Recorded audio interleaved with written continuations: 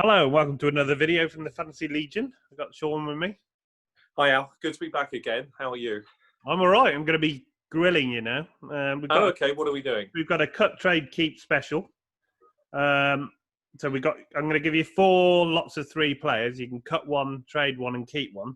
So Okay. Yep. I'm going to grill you for information because these are the sort of choices you're going to get in your. Yeah, these are very important. They're often the choices you see when you're drafting, aren't they? So you always pick three good ones here. So very excited to see what you do. Okay, who's your first? Right, let's start with a running back. You've got pick 5, and you've got a choice of Henry, Derrick Henry, Kamara, and Dalvin Cook. Yeah, you've got to cut one, trade one, and keep one. It's very difficult. But I'm going to, in this situation, play to value. So I'm going to take Derrick Henry here. I'm going to trade on Cook's name from last year, and I'm going to cut Kamara. And I'm going to keep it very simple. So that's how I'm going to look at it. The reason I'm cutting Kamara is I have trust issues. You know, it's one of those classic things. He didn't do it for me last year. I've kind of red flagged him a little bit because I want to see what happens this year before I go back in again. They've just released it actually that he's carried injuries all year. He had an ankle injury, a back injury, a thigh injury. Pretty much, I kind of already saw it, if I'm honest. So I'm sort of looking at. He didn't look the same player, did he? It was. I knew he wasn't right, but the thing as well is I'm wondering. There was something that was lingering from the year before, which was a great year as well. So when you come into the year that just gone. And you saw what was happening. And, there were moments he was still okay, but it was moments rather than the consistency. And the consistency is what you're looking for in fantasy. So for me, until I see the consistency return, and at the price that you're paying, you see, it's a fade. So, no, I wouldn't. I would just get rid of him.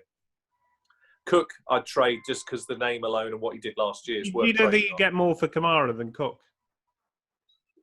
I just think Cook, it's that classic thing about, when you talk, it's really about they're all good. They're all going to get you something.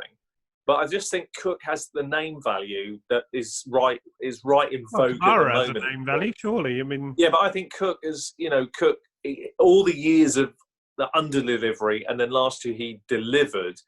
I just think he holds a lot of value with fantasy drafters. You always feel you can get a little bit more out of it. So it's just the name alone. So, yeah, I'm happy to trade Cook. Right. I mean, you got to think of, isn't Cook holding out as well? Well, that's the other issue. That is the other issue. That's the reason I'd be cutting Cook, because I can't risk having half the season where he's holding out. Every year he's been injured. I mean, he had 2 years injured, and then last year when you really needed him. Well, you raise a good counter. Kamara had excuses for a poor year with his injuries, so I'd probably keep him. And Derrick Henry, if it was PPR, I'd probably go Kamara because he's going to catch more passes than Henry. If it's pure running back, if it's just standard, then it'd be close between Henry and Kamara. But yeah, but that's interesting. Kamara because of the 3. Well, that's interesting, but you see, the thing is that he hasn't. If you talk about value and you talk about, we have to put consistency in value as well. Henry has been consistent, and he delivered that last year. Appreciate he probably is never going to, get those kind of touchdowns again. But the thing is, he's still going to get the yards, and he's still going to have a reasonable amount of touchdowns, and that's what you're looking for. Whereas Kamara didn't do it last year, and I'm not sure he's going to do it this year. But then, Cook, say on a trade, I would be points there. I would be happy to, if I was conferring with you, and we were saying, look, Sean, this is what I think. I would probably flip here and say, okay, you're right. You make a very valid point about Cook. You trade Kamara and drop Cook. Then that being the case, and that's the way I would go. Still keep Henry, even if the format was part of a catching format. Still keep him. It'd have to be 4-point PPR, 4 point before I'd even consider not going this route, I think, to be honest with you, Al. Good question, though. Okay, so if it is 4-point PPR, who would you keep then? It would be very difficult, but I can't trust Kamara, so I'm sorry. I know it sounds really counterintuitive. I'm still keeping Henry. Sorry, Kamara. Okay. I can't trust fair enough. I'm just trying to get the info from you. So I just can't trust you. And until I see that come back, until I see it come back, I can't go that route with you. Just can't do it. Okay, so let's have a look at some receivers then that are sort of going around the same area. Okay. You got Kenny Golladay. Yep. George Kittle and Mike Evans. These are going 17, 20, and 18 respectively. ADP currently. Well, I'm definitely keeping Kenny Golladay. He's been a fan of the, as I say, he's been a very important player for us as far as the podcast has been for the last few years. We liked you from the beginning. You've always done well for us, and you continue to do well.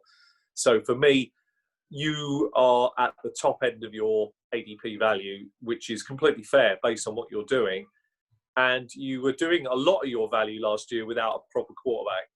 So I think with Matthew Stafford returning, who has been very, very, very good at staying healthy, to be honest, that's the first blip on his career. I think it's another big little tick in his favour. And I think he can do what he did last year relatively comfortably. I think he's still got something left, Kenny Golladay. I still think he's improving all the time. And as some of the older stars, wide receivers are starting to come towards the end of their career, it is now these kind of players like Golladay that start taking steps further up the tree. So I'm happy to pay the price for him here. Kittle's too rich. Evans and Kittle. Yeah, Kittle is too rich for my blood. Yeah, but with Debo being out, there's definitely a I would trade on his name here, and I'm afraid to say Evans is my cut candidate, which will sound very odd, but he just has to be in this situation because Kittle will get me a lot of value because I'll be able to play on the tight end scarcity position, which I don't believe exists.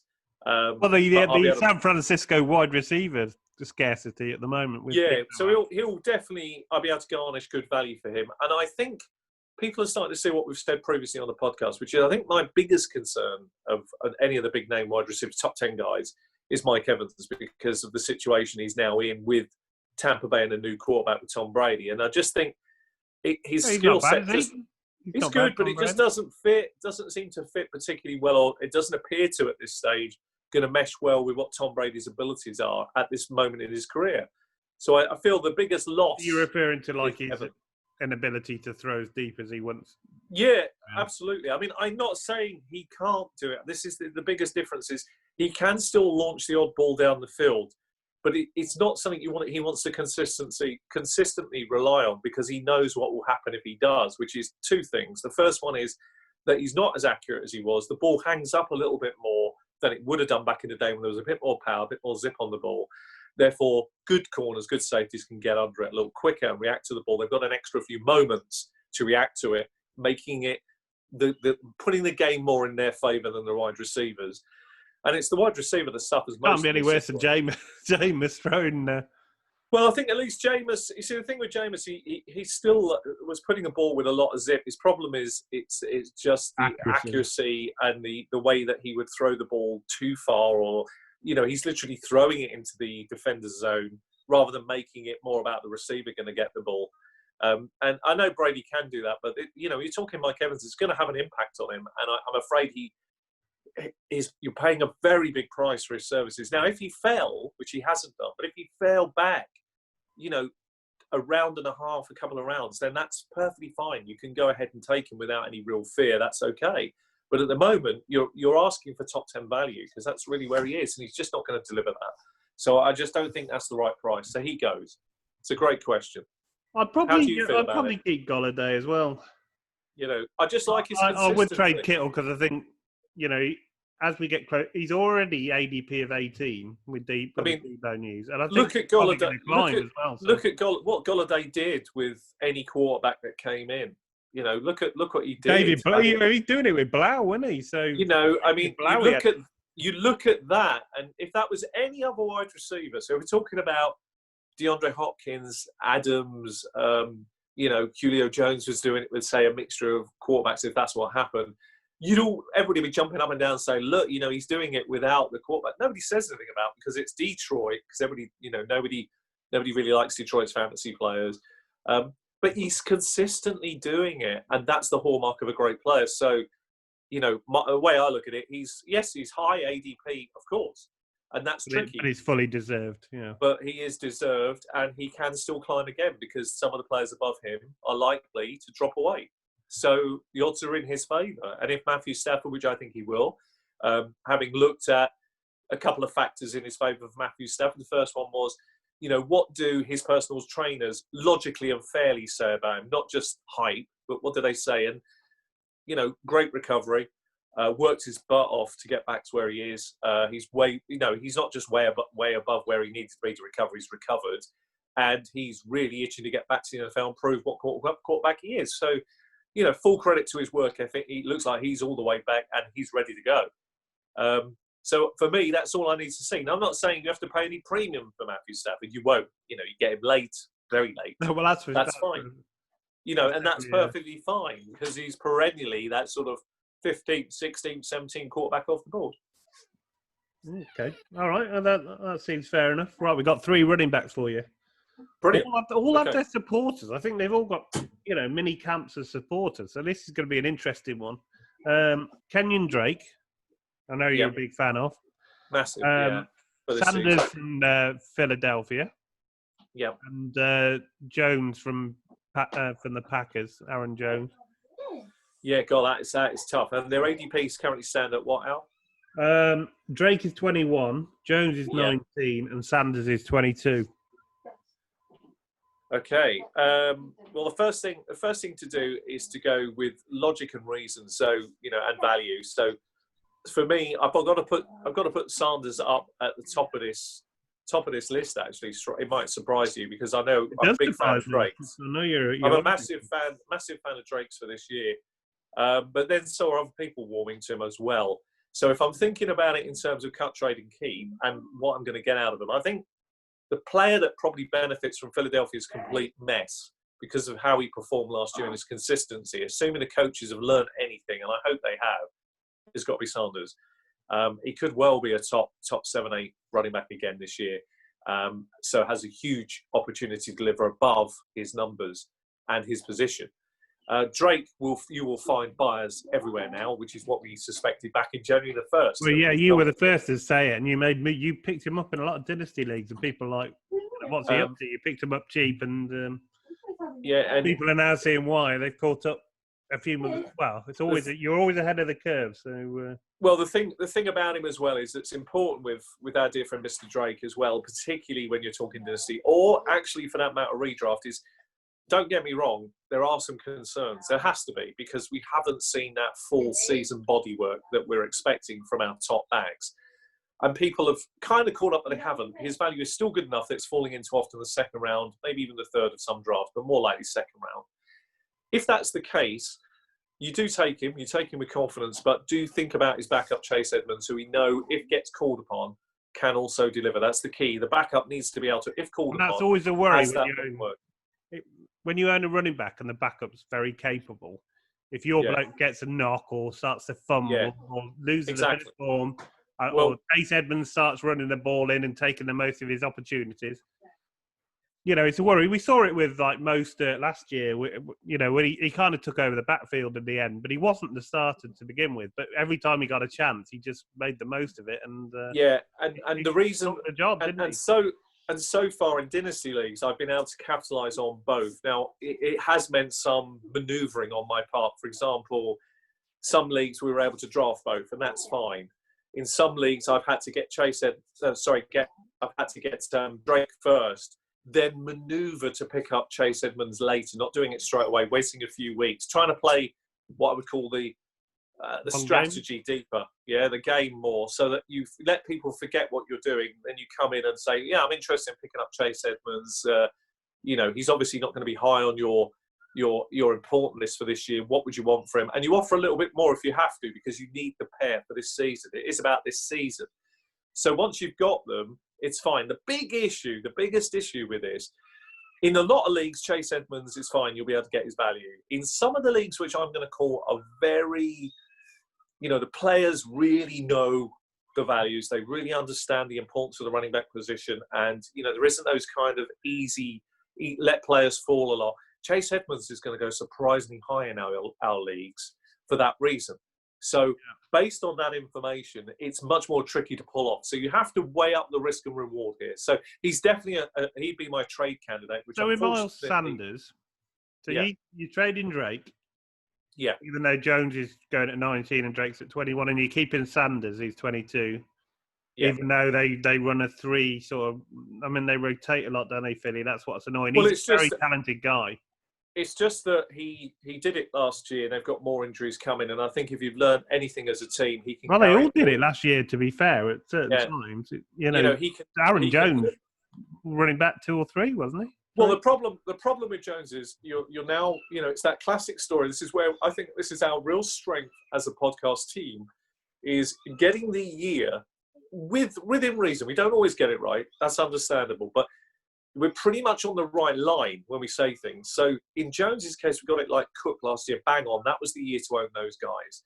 This year, because of what's happened at Green Bay in terms of the quarterback situation that they've just created, the running back that they've taken to challenge Jones, the general philosophy of the team, and the fact that Jones had the perfect storm, if you will, you're never going to see a repeat of that again from Jones, unfortunately, no matter how talented he is, because the team just don't like you. And I'm afraid that's the way it is.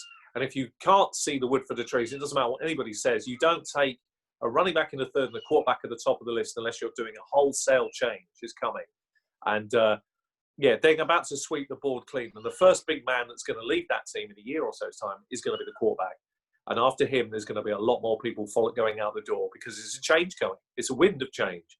And Jones is going to be, unfortunately, caught in the maelstrom. And the other problem with Jones, before COVID struck, the crisis currently struck, one of the laziest, he knows it himself, laziest players in terms of training regime. God, they know how to pick a big running back there in Green Bay, don't they?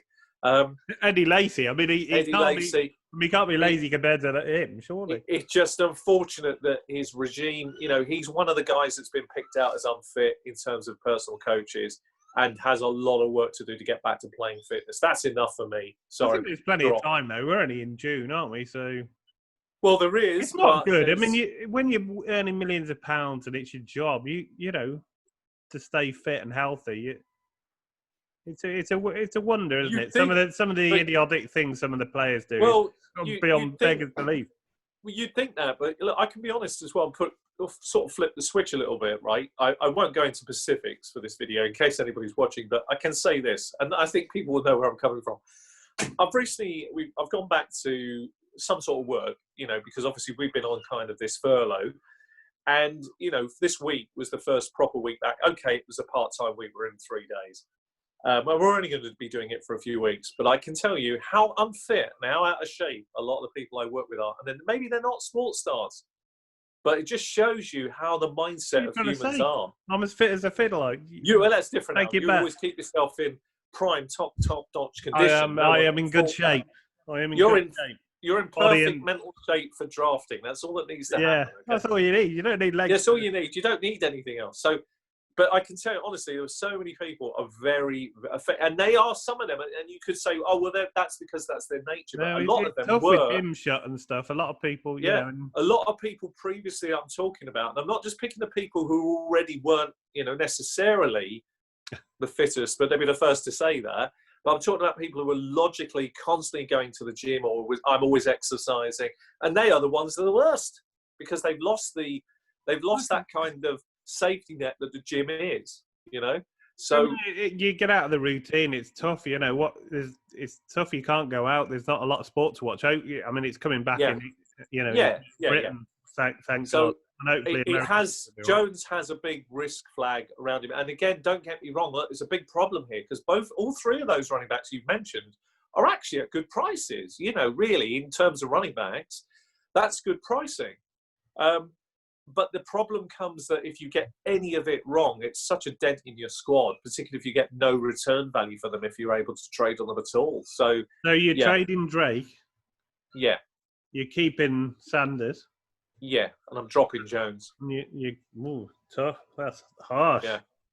That's how I would play it out right now. What difference a year makes, right? Okay. Absolutely, yeah. Always the year is important. Yeah. These three, I mean, this is an interesting one as well because we're all going to get this sort of decision to make in drafts, and they've all got pluses and they've all got minuses. So we're talking Juju, Adam Thielen, and Allen Robinson. Wow. Okay. Now this is the hardest of the ones you've given me so far because I think it's tough. And could you give us the ADPs just so I know where they sit? They're all around the same sort of mark. I haven't got them to Adam, but they're all late 20s, similarly ranked. late 20s, early 30s, I think, Yeah. ADP wise. Right, okay. Yeah. May surprise a lot of people to say this, but I'm going to keep Juju because I think he suffered from a number of things that were beyond his control last season. Well, And yeah. I think there's a very talented player there that it's a bit of a wild card because it's a bit of a rocket to the moon kind of thing here because I'm not 100% convinced on him, but I think with Ben coming back, and I think Ben is all the way back, as they say, and Ben is maybe in the final year or two of his career, logically. Ben hasn't shown the side effects that some quarterbacks have been affected by at their age. He's still got a big arm, and that's rare at his age, very rare.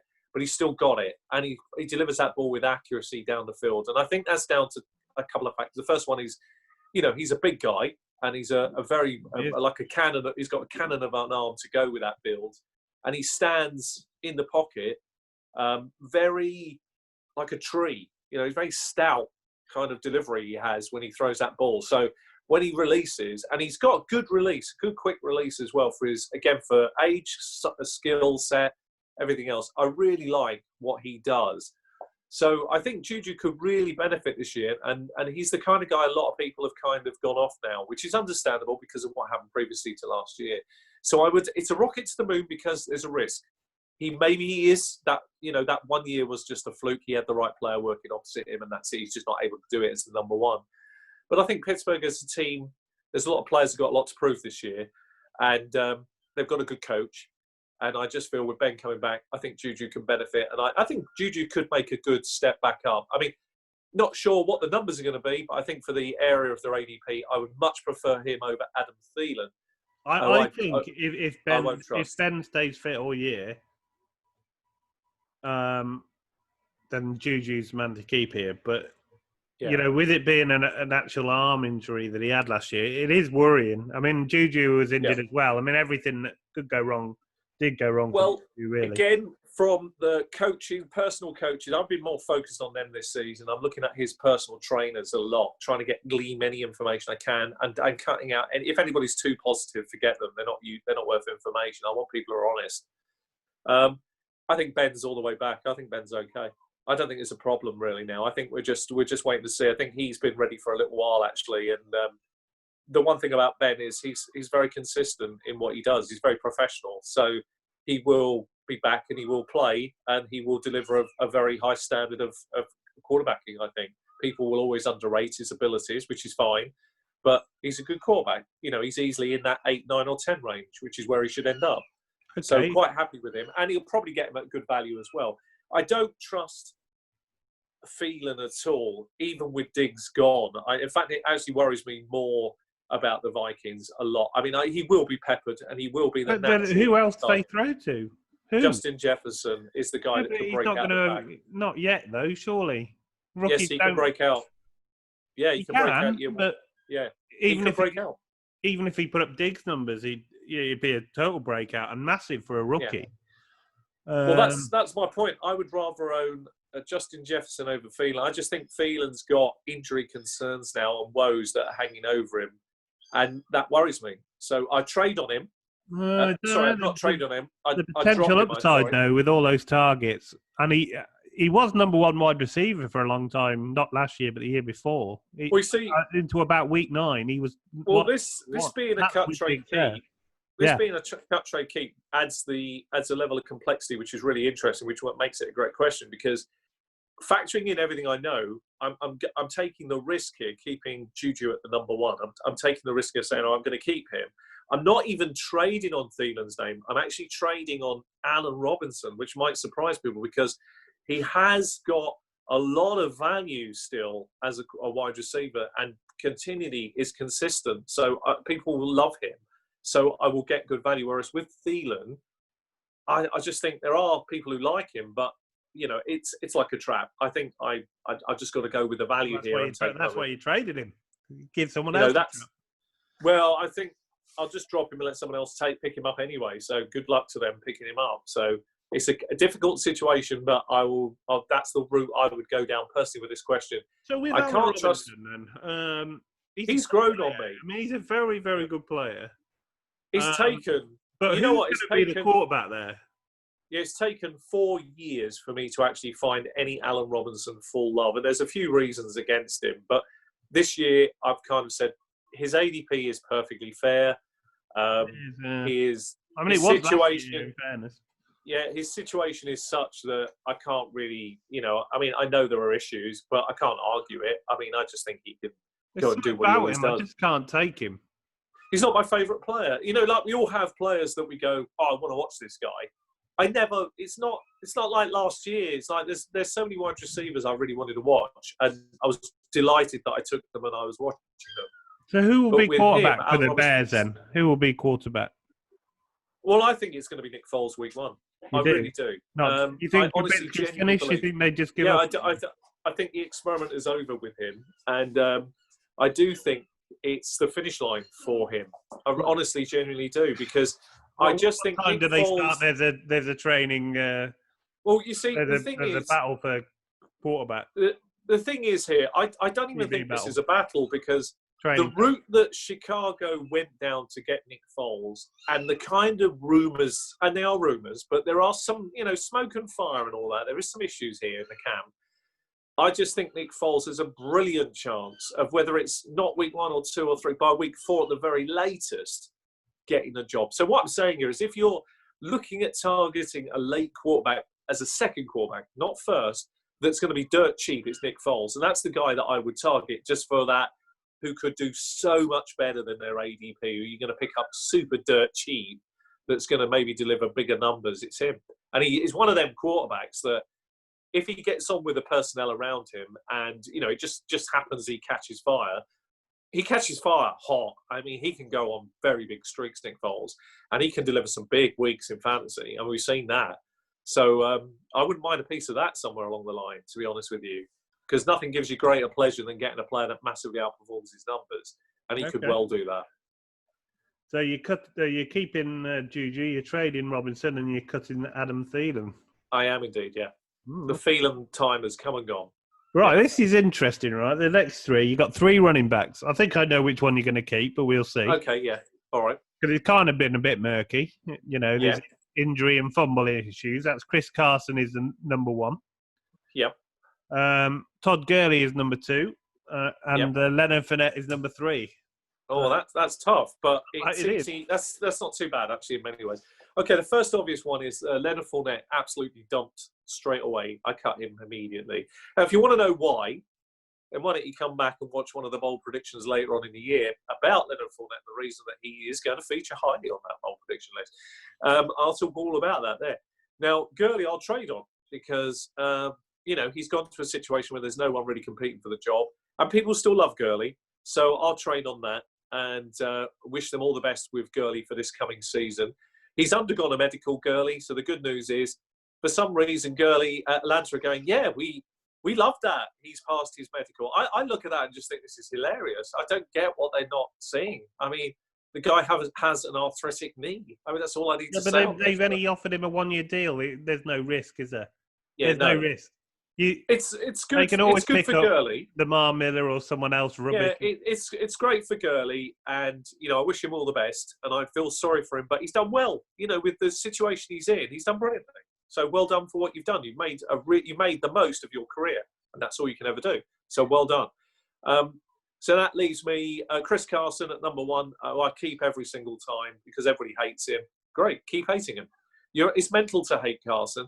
He's in a running offense. They love running the ball there. The quarterback likes running the ball, and the quarterback can still throw it down the field as well. Chris Carson does have some fumbling issues, but he's really got nothing to worry about. I mean, there really isn't much there behind him. Yes, they've picked up another running back in Hyde, but he's not starting here. This is insurance. I mean, they've already said that Carson's a starting running back. And Carson will be woefully undervalued by people all off season. I don't get it. I don't get it at all. I've been picking up so late in Dynasty drafts. Yeah. I can't believe it. Honestly, I am completely confused by this because, of all the players, I know there are, there are knocks, if you will. They're not really issues because, look, the guy's been very consistent when he's played, really, if you're being honest. There is an injury issue that is coming into this season. But again, using the data and information I've got at hand, who's putting the effort in off-season? Jeekers, this guy's ripped. I mean, he has really, really focused on getting back. I mean, from the injury and putting himself in the best physical playing shape, he looks brilliant. I mean, I've seen him cutting, turning. I've watched some inside tape. I'm very, very pleased with Chris Castle. I'm like looking at him going, if I'm a coach, I'm going, this guy's really, how can I not play him with that kind of effort? I mean, so all the knocks people can have on him, carry on, because the guy, all he does is go out and play. And he's a baller. He's making the best of his career, and that's all you can ever ask. And I really like him a lot. So good player, good opportunity for this year, and in great shape. So nothing more I can say other than that, really. He's ready to go. Right, I just on the spot. I just thought of another. Yeah, go for it. Throw them in. You could do. This is going to be Kerryon Johnson. Okay. Yep. Marlon Mack. Yep. And Rojo. Tricky, very tricky. They are tricky. They are tricky. That's okay. The whole point of it. They're tricky. Well, I'm going to keep saying this. I think the first one, the easy bit, is to actually go logically, which is Rojo here. Keep Rojo. Firstly, it's the value, getting them at cheap value. Secondly, people are giving up on him. You've got a choice of all three, so the value doesn't matter. Yeah, well, I'm keeping Rojo because he literally is logically a 3-down back still in that offense. Now, people can argue that he's not. I can argue that he's a no-down back because I've watched him play. Yeah, but he actually really improved. If you look at him last year, and you look particularly over the last half of the year for him, as much as I don't like the player, as much as I'm against the player, you've given me 3 very difficult situations. I have. Well, it's all about reading the backfields for this year. Well, not he's for the best for this year. Out of those 3 that you've given, he is the best opportunity to not only hit his ADP, exceed his ADP, and because people are giving up with him, his ADP may well fall. So when I'm picking him up, I may get him very, very cheap. And he is a quarterback to target if you're going to attempt anything unusual with your draft board. If your draft falls a certain way and you don't have many running backs, he could be one you're going to have to go for. Yeah. I'm not as big a fan on Vaughn, the rookie that's coming in for Tampa, as others are. And there are a few reasons. The first one is he has never taken a load in an NFL load like he's got to do here. I've heard things about, he's a really good pass blocker, which is important with Tom Brady. Agreed. But then so did Rojo come on. Rojo was not for that in the first part of his career. I think the truth is that both are going to have a role, though. That's the thing, isn't it? I mean, well, he may do. I see Rojo more as a first and second down runner, and Vaughn mixed in doing the James White type stuff.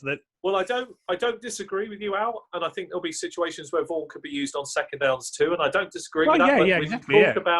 When you talk about the Kerryon Johnson and Marlon Mack, and you're putting them in the comparison with Rojo, Rojo wins out to be kept. So that's the easy bit. I keep him because I'm going to get something out of him. Yeah. Now, I'm tempted to keep Marlon Mack, but I actually think it's pretty simple. Poor Marlon Mack didn't do anything wrong. Excuse me. Excuse me. He didn't do anything wrong. Unfortunately, you've just landed in a bad situation with Jonathan Taylor coming to your team. Indianapolis. But they said they're going to use both. I mean, that's the early indications they're going to use both. Are they? Well, we'll see how that plays out. But Marlon Mack, I'll trade on his name. We're not buying that then, no. No, I'm trading on his name. My opinion is simply this: that Jonathan Taylor will be the guy that you want to own. Not even halfway down the stretch, he will be the guy you want to own, and he'll be too electric for them to keep off the field. I just think he's going to be too good. Behind that line, it's going to be too good, to be honest. I think he'll do very well year one. And so, therefore, great value. So I'll trade on Marlon Mack now while there's still potentially a market to trade on. And that leaves the problem with all 3 of these, if they've all lost a bit of value, and it's now trying to work out what their true value is. I mean, I think Jones pay a big price for any of them, probably. Yeah, Jones still has a potential role. Marlon Mack's role may diminish incredibly fast to be nothing. So especially when you need him sort of later in the year, I would be worried about Taylor taking over. I mean, there is a chance. No, I'm afraid. You think Swift will take over there? Yeah, I do. I think at the beginning it may be a bit murky. Not quite sure which player to rotate in. But the big thing that about Kerryon Johnson so far, unfortunately, is he's always been injured, and if he gets the slightest injury or knock, he won't be on the field. and I'm afraid leaves the door wide open for Swift to come in and take over the role fully. He's electric. I mean, if it wasn't for landing spot, he would have been the number one in rookie drafts. The landing spot is what kills it off quite a lot because people are very worried about what Detroit are going to do. And I understand that there's going to be a lot of games where they are likely to chase the scoring. But Swift is capable catcher. People, don't lose sight of that. So there's value in all formats, PPR, half point, and standard here with Swift. I like Swift a great deal for this season, and he is a player in redraft leagues I will certainly look at certain value. Okay, so you're keeping Rojo. So who are you trading out of Mac and... I'll trade on Mac's name now while I've got a chance to get something. You're cutting Paul Carry-On. Yeah, cutting Carry-On, I'm afraid. For the record, I would have kept Marlon Mack. Would you? Yeah, I would. I just think they're going to use both. You think? Yeah, I think both teams are going to use both backs. So I just think the bigger upside with the better O-line, I'd just take the Marlon Mack. And he is a good player. I just wonder what will happen if I mean, it is an if, so you may be right. It might pan out, we look back and you're correct here. I just wonder what will happen if Jonathan Taylor hits the ground running, how quickly... I love Jonathan Taylor. I mean, it's not... it's just whether they use both. Jonathan Taylor will definitely overall. I think they start by using both, but I think the very much more talented player really wins out. Now, it may be that he can't come up to the NFL level. Sometimes this happens, Jonathan. Players come in and we all expect, and they don't deliver. And so maybe Marlon Mack is the main guy, and it ends up being a stroke of genius in your part. You've got Marlon Mack cheat, and he ends up still keeping the job. It's possible. I don't think he'll keep. I don't think he'll keep the job, but I just think if all three players are splitting backfields, I just think that's a backfield I'd want to have out of those. Right, that's fair. I think they've got a better O-line, so the sort of upside is there. And if it happens to Taylor, like he gets a knock or anything, I just think Mac's going to have a better season. It's super useful to have your perspective because then people watching can make a decision which way they want to go. They can either go my route or your route. Both routes or a different route. I mean, they might want to keep Johnson. I mean, I'm cutting Rojo because I would very much find it surprising if anybody kept Carry-On. I mean, I can understand if they traded on his name. I could get that to a degree, but I can't see them keeping. I like Carry-On though. I do like him. I think. Yeah, but you couldn't have liked the fantasy production you've got from him. Surely, if you picked him up at all anywhere, you wouldn't be happy. No, I mean, and with Swift coming in, it's difficult, and it's difficult. And they're not a great team. They're not a run first. They're not a. They're going to be behind in a lot of games. They're going to have to... Yeah, the scripts are going to be so against Carry-On Johnson, whereas at least Swift will have some role, which is of value. The question is, you have to eke out how valuable the role will be, which is very tough. That's why it makes it very tough. Okay, well, there you go. You've negotiated through some tricky ones there. So I'd love to hear people's comments where they agree or disagree on them, because it's always interesting. And why? I mean, why is always good, because that's always interesting to read. Well, the audience know we adapt to what you say. If you come up with something that's logical and is a really good counter argument, we will listen and take that on board, and then we will start talking about what we've had people making bold predictions in there, so that's really good. I like to see people coming out with the old bold predictions. So, one guy, I think his name was Giovanni, who was saying that he thinks Dobbins will outscore Ezekiel Elliott in 2021. I mean, that is a bold prediction, isn't it? Well, I know you're a fan of J.K. Dobbins, aren't you? I like that prediction, and I would agree with him. So there you go. I would agree, and that does not. There's a few reasons why I would say 2021 is the right area. If you're going to make a long-term bold prediction, that's the right one. I agree. I think there are a few clues here, but I think Ezekiel Elliott for this season is perfectly fine. I'll reassess at the end of this year whether that prediction looks good or not. But it's a good one. It's sensible. Yeah. So get your comments in there. We'll give you a shout out. Magic's also put a few really good comments in there, and he backs it up with data as well and why he thinks it. That's really interesting to me. It's sort of, I really enjoy reading those ones. They're good. Definitely, rather than people having to go at your hat or something. I like them as well, but well, it's very interesting because we get some hot heat for quick takes. Sometimes people give you hot heat, and that's fine. I mean, we've talked very heavily about Cincinnati's quarterback this year. It's all about opinions, and we don't mind opinions, do we? We don't mind it. It's fine. But I want people to remember something. One of the most important things here. This is the key. Is when you're doing this sort of analytical stuff, the most important thing is to consider when people are making any kind of bold predictions, how many bold predictions people make, and realistically, how many of those land is the most important stat. Now, we're actually running at high 60%, me and you, as a duo. And that's on right? bold predictions, yeah. So that's actually really superb, because that's what you're looking for when you're looking at analysts. It's got to be high 60 or more. Everybody will have a good year somewhere, and I still don't believe we've hit our best year, and that's what's so exciting about us. We've done well with it, to be honest. I'm really pleased with what we do, so I'm quite excited for the direction this year's going. I've got some players I really feel are knockout, breakout candidates for this year, and people are not talking about them. And we'll talk about it later in the year. And I know you've got some really good bold predictions as well, because I know some of them already. But we'll release them nearer the season. Absolutely. Yeah. So keep watching it, keep it here, and subscribe if you don't want to miss it, because there's some good ones in there. And if you're still watching, like the video and get your comments down below, and we love to hear them. And thanks for watching. We'll see you next time. Take care.